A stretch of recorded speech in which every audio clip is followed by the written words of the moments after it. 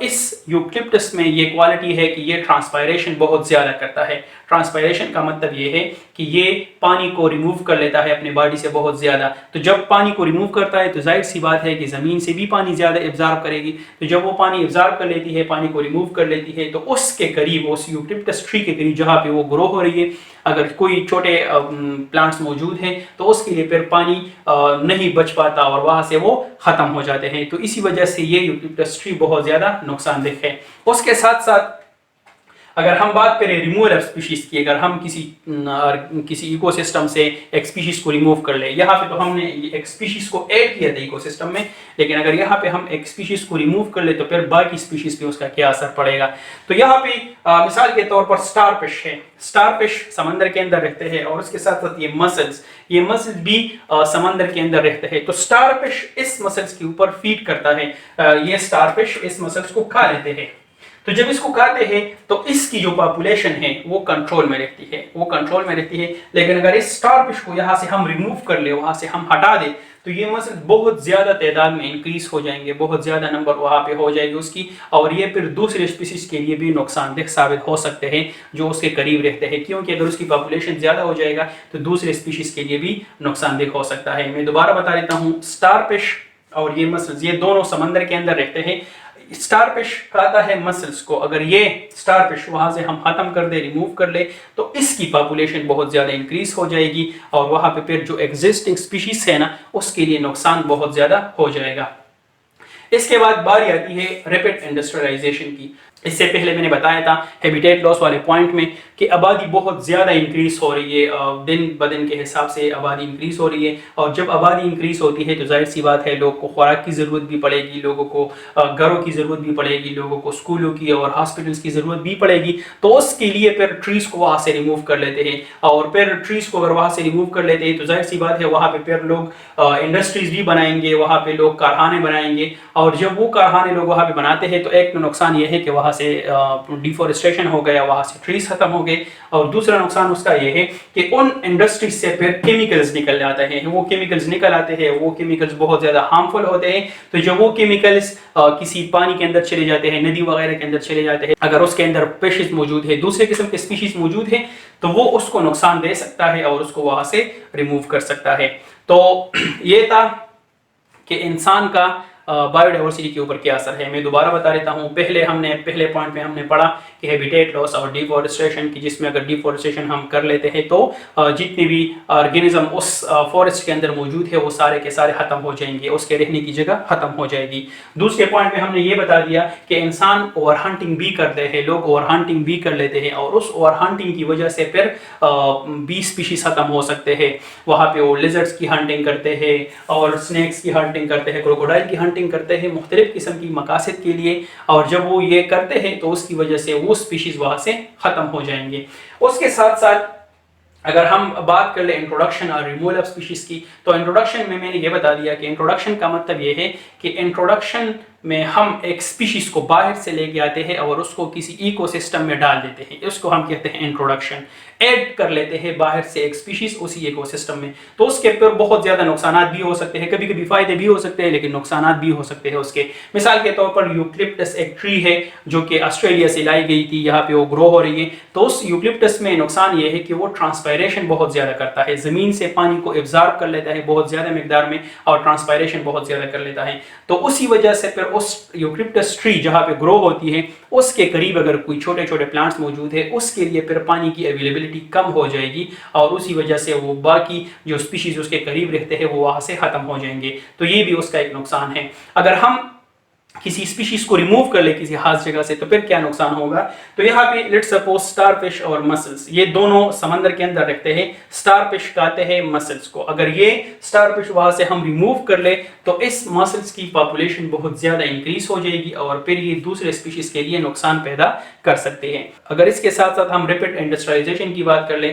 تو جب آبادی زیادہ ہو جاتی ہے اور اس کے لیے پھر لوگوں کو کھانے کی ضرورت پڑے گی, انڈسٹریز کی ضرورت بھی پڑتی ہے, تو اس انڈسٹریز سے مختلف قسم کے ہارمفل کیمیکلز باہر نکل آتے ہیں, اور وہ کیمیکلز پھر پانی کے اندر شامل ہو جاتے ہیں, اور وہاں پہ کوئی اسپیشیز موجود ہے, پانی کے اندر فش موجود ہے, دوسرے قسم کے آرگینزم موجود ہے, وہ سارے اسی وجہ سے ختم ہو سکتے ہیں. تو یہ تھا آج کا لیکچر.